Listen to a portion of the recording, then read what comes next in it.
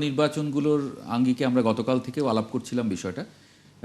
মানে অন্য নির্বাচনগুলোতে যে পরিমাণ সহিংসতা সংঘর্ষ আমরা দেখি, এবার অনেকটা রাজনৈতিক দলগুলো দায়িত্বশীলতার পরিচয় দিয়েছে নিশ্চয়ই, নইলে এমনকি ধন্যবাদ পাওয়ার নিশ্চয়ই যোগ্য যারা এবার নির্বাচনে অংশ নিচ্ছে। জি, কারণ গণঅভ্যুত্থান হয়েছে, এখন মানুষ কিন্তু জানে আপনি কোথাও কোনো একটা যদি সেই অর্থে অকারেন্স ঘটান তাহলে ভাইরাল হয়ে যাবে, ভাইরাল হয়ে গেলে আপনার সামাজিক যোগাযোগ মাধ্যমের একটা প্রভাব দেখেন।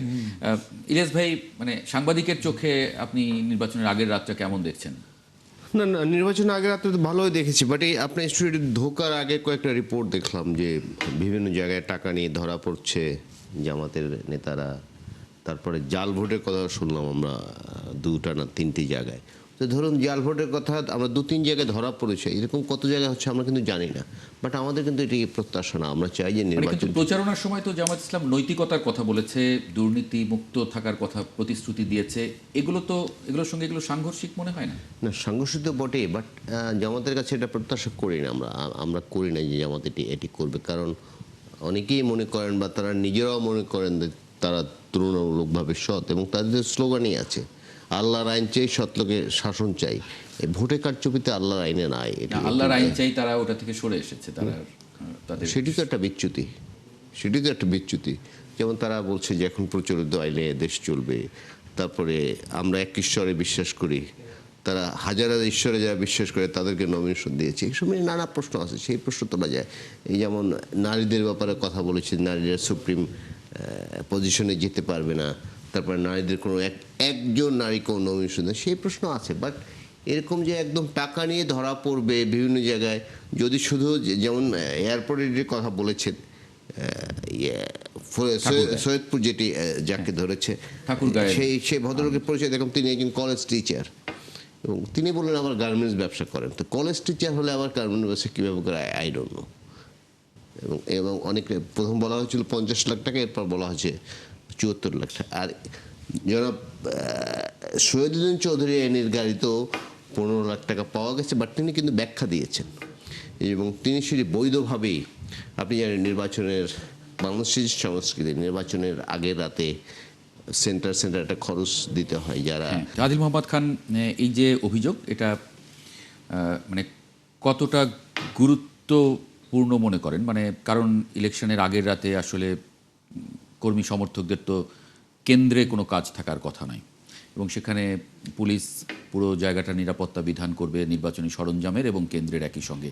এটার উপরে নির্ভর করবে আগামীকাল ভোট কেন্দ্রে ভোটাররা যাবে কি যাবে না, সেই আস্থাটা আনার একটা বড় বিষয় হচ্ছে এটা কীভাবে প্রোটেক্ট করা যাচ্ছে ভোট কেন্দ্রটাকে বা ভোট সামগ্রীকে। আমরা কিছুক্ষণ আগে এই যে এখন মির্জা আব্বাস উনি একটা অভিযোগ করলেন, কিছুক্ষণ আগে আমি দেখলাম যে এনসিপির আসিফ মাহমুদ, সজীব ভুইয়া তারা অভিযোগ করছেন। এই পাল্টাপাল্টি অভিযোগগুলো হতাশাজনক। কারণটা কি, ভোটের আগের রাতটা পুরোটাই কিন্তু ইলেকশন কমিশনের অধীনে থাকে, এবং সেখানে সেই অর্থে প্রার্থীর এজেন্টরা যাবে বা সেটা না, হ্যাঁ দেখার জন্য তারা কিছু ভিজিট হতে পারে, কিন্তু অভিযোগের পর্যায়ে যাওয়ার জায়গাটা অনাকাঙ্ক্ষিত। কেননা নির্বাচন হচ্ছে আস্থার জায়গা, জনগণ যাকে রায় দিবেন তিনি জনপ্রতিনিধি হবেন, এবং সবসময় জিতাটাই বড় কথা না, বরঞ্চ রাষ্ট্রের জন্য যিনি সঠিকভাবে নির্বাচিত হয়ে আসবেন সেই পরিবেশটা আমরা কামনা করি। বিশেষ করে গণঅভ্যুত্থানের পরে আমরা মনে করি শুধু নির্বাচন না, একটা রাজনৈতিক দল আরেকটা রাজনৈতিক দলকে আস্থায় নিবে, হ্যাঁ, এবং তাদের মধ্যে পারস্পরিক সম্মান এবং সৌহার্দ্যের জায়গাটা থাকবে। আমরা মনে করি এই সৌহার্দ্যের জায়গাটা আরও বেশি হতে পারতো। নির্বাচন পূর্ব যে বিভিন্ন ধরনের আমরা দেখেছি একদল আরেক দলের প্রতি যে ধরনের বিষেধাঘাত, আমরা মনে করি বাংলাদেশের নির্বাচন সংস্কৃতিটা আরও ভালো হওয়া উচিত। অবশ্যই জনগণের কাছে প্রত্যেকে তার ইশতেহার নিয়ে উপস্থিত হবেন, প্রার্থীরা এবং দল, এবং জনগণ যাকে রায় দিবেন। এই জন্য অবশ্যই নির্বাচন কমিশন এবং রাষ্ট্রের যেই টোটাল যে মনিটরিং সিস্টেম, সেটা অবশ্যই এমনভাবে থাকা উচিত যেন প্রত্যেকে অন্তত রাষ্ট্রের এই যে পুরো সিস্টেমটাকে অনার করে এবং ভয়ও পায়। কেননা ভয়ের একটা জায়গা এটা যে আপনি কোনোভাবে ব্যত্যয় করলে আপনার যে পানিশমেন্টের জায়গাটা সেটা যেন অনস্পট হয়। ইতিমধ্যে আমরা দেখেছি কোনো জায়গায় ভ্রাম্যমাণ আদালত শাস্তি দিয়েছেন। অবশ্যই আমরা আগের রাতে যে আমরা বলছিলাম না যে রাতের ভোট, সেই রাতের ভোট থেকে তোমরা সরে আসতে চাই, তাহলে এই রাতের ভোট হচ্ছে কি হচ্ছে না, বা রাতের বেলা আমাদের নির্বাচনের ভোট কেন্দ্রগুলোর সার্বিক পরিস্থিতি কেমন, এইটা আমরা চাই যে একদমই একদম ফেয়ার, ক্লিন থাকুক, ট্রান্সপারেন্ট থাকুক, যাতে কোনো সন্দেহই ভোটারের মনে না আসে। ইলিয়াস খান, মানে আপনার এ বিষয়ে আসলে মতটা কি? না, ওনার মতো একই, আমরা একটি ফেয়ার নির্বাচন চাই। আমরা দীর্ঘদিন পর সুযোগ পেয়েছি। একটি জেনারেশন কিন্তু নির্বাচন ব্যবস্থা ভুলেই গেছে। এখন যাদের বয়স ধরুন এই 38, 40, 42, তারা কিন্তু কোনদিন ভোট দিতে পারেনি। তারা যখন ভোটার হয়েছে এরপর থেকে আর বাংলাদেশের নির্বাচন হচ্ছে না। আমরা একটি প্রায় নির্বাচন 4 কোটি মানুষ। হ্যাঁ, এবং একটি নির্বাচনের কথা কিন্তু আমরা বলি নাই যে 2008 সালের নির্বাচন, সেটা ছিল পূর্ব পরিকল্পিত নির্বাচন, কিভাবে হবে না হবে সব সেট করা ছিল। বাট আমরা 3টা নির্বাচনের কথা বলি যে এরপরে যে নির্বাচনগুলো হয়েছে এবং সেটি নির্বাচনের নামে প্রহসন হয়েছে। পুরো নির্বাচন ব্যবস্থাকে নির্বাচনে পাঠানো হয়েছিল। শুধু জাতীয় সংসদ না, স্থানীয় সরকার নির্বাচন, ট্রেড বডি নির্বাচন, প্রফেশনাল বডি নির্বাচন, আপনার পাড়া একটি ছোট্ট পার্ক আছে, সেই পার্কটি দেখাশোনা করার জন্য একটা কমিটি করবেন। সেখানে একমাত্র যোগ্যতা ছিল তাদের ডিএনএ টেস্ট করে আওয়ামী লীগ করে কিনা তাদেরকে সেই সব কমিটি দেওয়া হতো। কোনো মানুষ ভোট দেওয়ার কিন্তু কোনো সুযোগ ছিল না, এবং যারা নেতা হতেন তারা কোনোদিন কোনো ভোটারের সাথে সখ্যতা গড়ার চেষ্টা করেনি, যেটা নির্বাচনের একটা অন্যতম বৈশিষ্ট্য। তো এর ফলে কি হয়েছে? প্রায় 2000 মানুষ জীবন দিয়েছে, 32,000 মানুষ আহত হয়েছে, অসংখ্য মানুষ অন্ধ হয়েছে, এবং এই খবর আমরা সবসময় মাঝে মাঝে দেখি।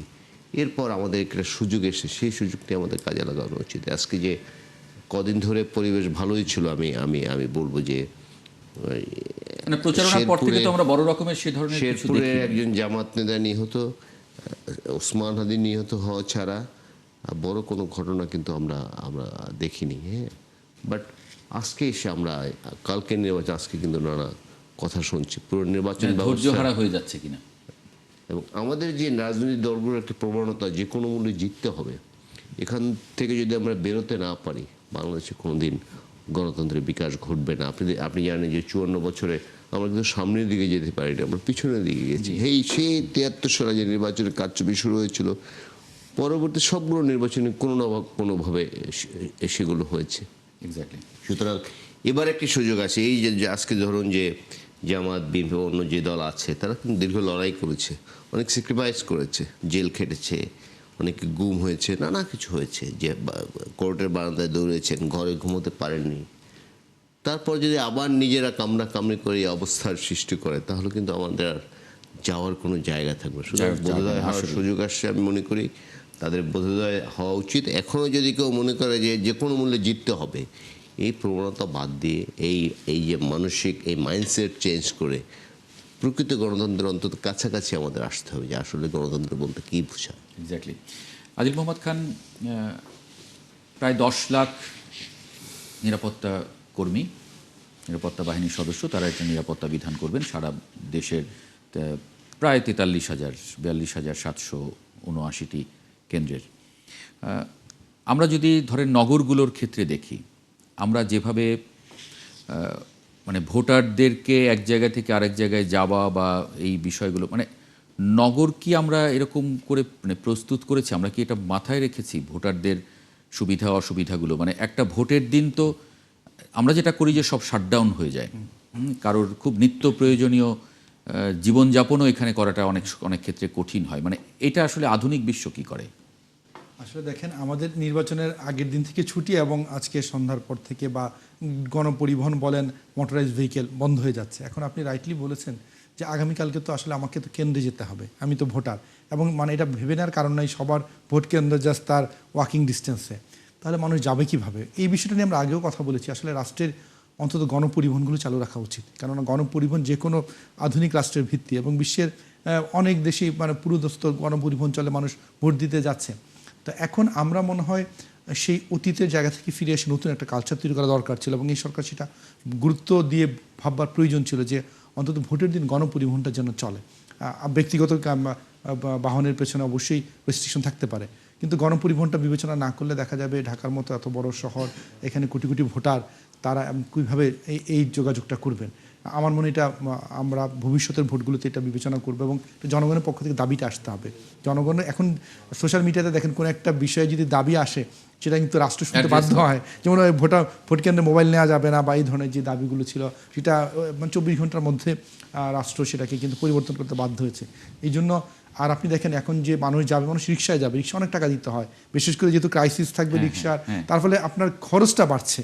তাহলে তো আমরা চাই যে জনগণকে ভোট যত সহজে দেওয়া যায়, বিশেষ করে প্রান্তিক মানুষের জন্য 200-400 টাকা দিয়ে একটা ভোট কেন্দ্রে যাওয়া আসা করা, এবং তখনই কিন্তু সুযোগটা নেয় এই যে আপনি দেখেন না ভোটের আগের রাতে আপনার ওই যে নগদ নোটের বিতরণ, এইভাবেই কিন্তু মানুষ বলে যে আপনার কিন্তু যাওয়া আসার খরচটা আমি দিচ্ছি, তাহলে আপনি ওই জায়গাটাকে বন্ধ করতে হবে। রাষ্ট্রের বরঞ্চ এই দিন গণপরিবহন ফ্রি করে দিতে পারে, মানে এটা রাষ্ট্রের জন্য কোনো বড় বিষয় না। ভোটের বাজেটের সাথে যদি আপনি যদি নগরে গণপরিবহন ফ্রি করে দেন, তাহলে এটা কিন্তু একটা ব্র্যান্ডিং হলো, মানুষের আরো উৎসাহী দিতে বরঞ্চ আমরা এটাকে আরো সংকুচিত করছি। এটা হতে পারতো। ইলিয়াস খান, আরেকটি বিষয় একটু, যেমন আমরা এবার দেখছি যে ভোটটা একটু জটিল হবে কিনা, এটা নিয়ে অনেকে আলোচনা করছেন। সাংবাদিক হিসেবে আপনি আসলে কি দেখেন? কারণ আমরা দুটি ব্যালটে ভোট দেব এবং নির্বাচন কমিশনের পক্ষ থেকে বলা হচ্ছে যে এই দুটি ব্যালট একটি বাক্সে ভরতে হবে এবং দুটি পাতা আলাদা আলাদা করে ভাঁজ করার নিয়ম আছে, সেভাবে ভাঁজ করে আলাদাভাবে সেখানে দিতে হবে। মানে একসঙ্গে দুটি পাতা ভাঁজ করা যাবে না এরকম বলছেন, কারণ সেখানে একটির সিল আরেকটিতে লেগে যেতে পারে। সুতরাং এগুলোর জন্য প্রপার কি কোনো মানে ব্রিফ হয়েছে বলে মনে করেন? মানে ব্রিফ হয়নি, বাট মানুষ অভ্যস্ত, কারণ স্থানীয় সরকার নির্বাচনে 3টি ভোট দেয়। ধরুন যে